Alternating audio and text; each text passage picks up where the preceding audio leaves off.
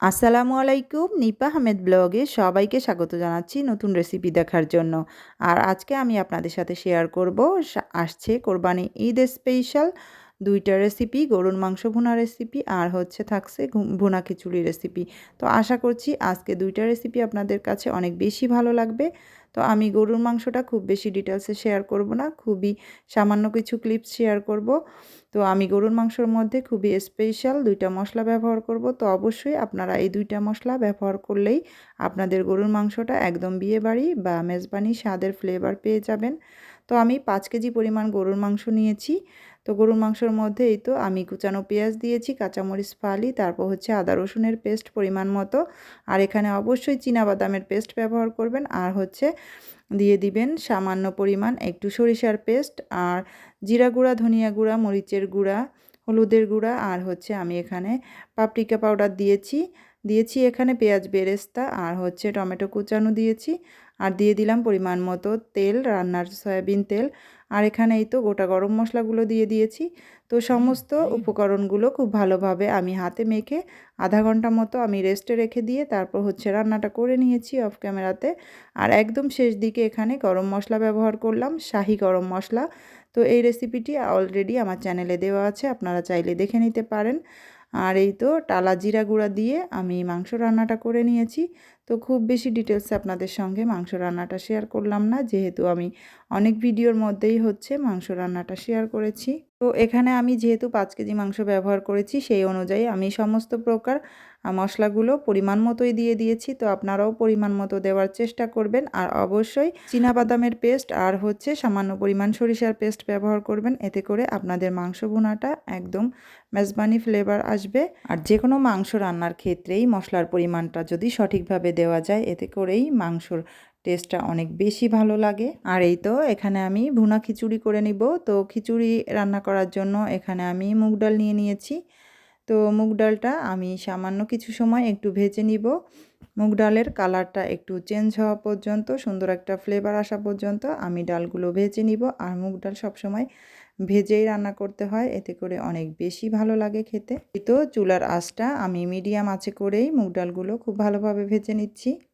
খুব ভালোভাবে ভাজা হয়ে গেলে এরপর হচ্ছে এই তো আমি এখানে একটু পানি দিয়ে দিলাম। তো পানি দিয়ে আমি আধা ঘন্টা মতো ডালগুলো ভিজিয়ে রাখবো, এতে করে রান্নার সময় ডালগুলো খুব তাড়াতাড়ি সিদ্ধ হয়ে যাবে। আর এই তো এখানে আমি খিচুড়ি রান্না করার জন্য পরিমাণ মতো তেল দিয়ে দিয়েছি। আর হচ্ছে এখানে গরম মশলা দিয়ে দিলাম, তেজপাতা, এলাচ, দারচিনি, লবঙ্গ, গোটা গরম মশলাগুলো কিছু সময় একটু তেলে ভেজে নিয়েছি সুন্দর একটা ফ্লেভার আসা পর্যন্ত। তারপর হচ্ছে এখানে দিয়ে দিয়েছি পেঁয়াজ কুচি আর হচ্ছে কাঁচামরিচ ফালি।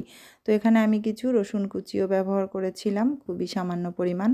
তো এরপরে কিছু সময় পেঁয়াজটা ভেজে নিয়ে এখানে বাটা মশলা ব্যবহার করে দিচ্ছি।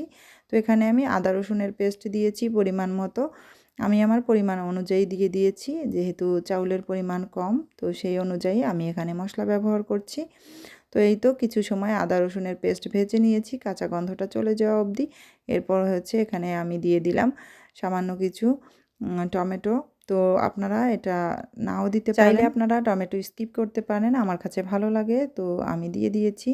তো এরপরে হচ্ছে আমি এখানে দিয়ে দিয়েছি গুঁড়া মশলা, সামান্য পরিমাণ দিয়েছি মরিচের গুঁড়া, সামান্য পরিমাণ হলুদের গুঁড়া দিয়ে কিছু সময় একটু তেলের মধ্যে ভেজে নিয়ে একটু পানি দিয়ে দিলাম। খুব বেশি সময় ভেজে নিতে গেলে এতে করে দেখা যাবে গুঁড়া মশলাটা পুড়ে যাবে, এতে করে খাবারের টেস্টটা নষ্ট হয়ে যাবে। তো কিছু সময় একটু কষিয়ে তারপর হচ্ছে এখানে আমি দিয়ে দিলাম ধনিয়া গুঁড়া আর হচ্ছে জিরা গুঁড়া, জিরা ধনিয়া গুঁড়া খুব ভালোভাবে আমি মশলার সঙ্গে কষিয়ে নিব। তেলটা যখন উপরে ভেসে আসবে তারপর হচ্ছে এখানে আমি চাল আর ডালটা দিয়ে দিব। তো এখানে আমি বাসমতি রাইস নিয়েছি আর হচ্ছে মুগ ডাল খুব ভালোভাবে আমি ধুয়ে একটা স্ট্রেনারে পানি ঝরিয়ে নিয়েছি। তো এরপর হচ্ছে এই তো আমি মশলার ভিতরে আমি চাল আর ডালটা দিয়ে দিচ্ছি। তো চাল আর ডালটা দিয়েই খুব ভালোভাবে আমি মশলার সঙ্গে ভেজে নিব, খুব ভালোভাবে ভুনে নিব। আর যত সময় নিয়ে চাল আর ডালটা ভেজে নেওয়া যাবে, এতে করে খিচুড়ি রান্নার পরে খিচুড়ির থেকে অনেক সুন্দর একটা ফ্লেভার আসবে। তো একটু সময় নিয়ে ধৈর্য ধরেই চাল ডালটা ভেজে নিতে হবে। তো এই তো আমি অফ ক্যামেরাতে খুব ভালোভাবে ভেজে নিয়েছি। তো এরপর হচ্ছে এখানে আমি গরম পানি অ্যাড করে দিব। তো অবশ্যই আপনারা গরম পানিটাই ব্যবহার করার চেষ্টা করবেন, এতে করে খিচুড়ি রান্নাটা একদম পারফেক্ট হবে। খিচুড়ি বা পোলাও যাই বলেন না কেন, বিরিয়ানি, এই ধরনের রান্নাগুলোর ক্ষেত্রে গরম পানিটা ব্যবহার করলেই আমার কাছে মনে হয় একদম পারফেক্ট হয়। আর আমি গ্লাসটা দেখিয়ে দিচ্ছি। আমি যে গ্লাসে করেই চাল নিয়েছি, আমি 2 পট চাল নিয়েছি আর হচ্ছে 1 পট ডাল নিয়েছি। তো সেই অনুযায়ী আমি এখানে 5 পট পানি দিয়েছি। তো এরপরে আমি এখানে দিয়ে দিলাম পরিমাণ মতো লবণ। আপনারা তো দেখতেই পেয়েছেন আমি কিন্তু রান্নার প্রথম দিকে লবণটা ব্যবহার করিনি। তো আমি লবণটা পরেই ব্যবহার করছি। অনেক সময় দেখা যায় চাল ভাজার সময় যদি লবণটা দেওয়া হয়, এতে করে দেখা যায় চালগুলো ভেঙে যাওয়ার চান্স থাকে। তো আমি পানি দিয়ে কিছু সময় রান্না করে নিয়েছি অফ ক্যামেরাতে। তারপর হচ্ছে পানিটা শুকিয়ে গিয়েছে। তো অলরেডি আমার 90% রান্নাটা প্রায় হয়ে গিয়েছে, আর বাকি রান্নাটা আমি দমে রেখেই রান্নাটা করে নিব। 2-3 প্রকার ডাল দিয়েও খিচুড়ি রান্না করা যায়, তবে তার স্বাদটা একদম ভিন্ন আসে। তো আপনারা চাইলে শুধু মুগ ডাল দিয়েও এই ভুনা খিচুড়িটা করতে পারেন। তো আশা করছি অনেক বেশিই ভালো লাগবে। তো আমি অফ ক্যামেরাতে গোটা গরম মশলাগুলো তুলে ফেলেছি। আর খাবারের সময় গরম মশলাগুলো মুখে পড়লে এতে করে সবার কাছে অনেক বেশি বিরক্ত লাগে, এই জন্যই আমি গরম মশলাগুলো তুলে ফেলেছি। তো দেখতেই পেয়েছেন আমি দমে রেখে কিছু সময় খিচুড়িটা রান্না করে নিয়েছি। তো পারফেক্টভাবে খিচুড়িটা রান্না করা হয়ে গিয়েছে। তো আমি একদম শেষ দিকে কিছু ধনিয়া পাতা দিয়ে দিব। তো আমি ফ্রোজেন করা ধনিয়া পাতা দিব, আমার কাছে একদম টাটকাটা ছিল না। তো আপনারা চাইলে একদম ফ্রেশ ধনিয়া পাতাটাও ব্যবহার করতে পারেন। তো আসছে কোরবানি ঈদে আপনারা চাইলে গরুর মাংসের সঙ্গে এই ভুনা খিচুড়িটা ট্রাই করতে পারেন। অনেক বেশি মজা হয় এই মুগ ডালের ভুনা খিচুড়িটা।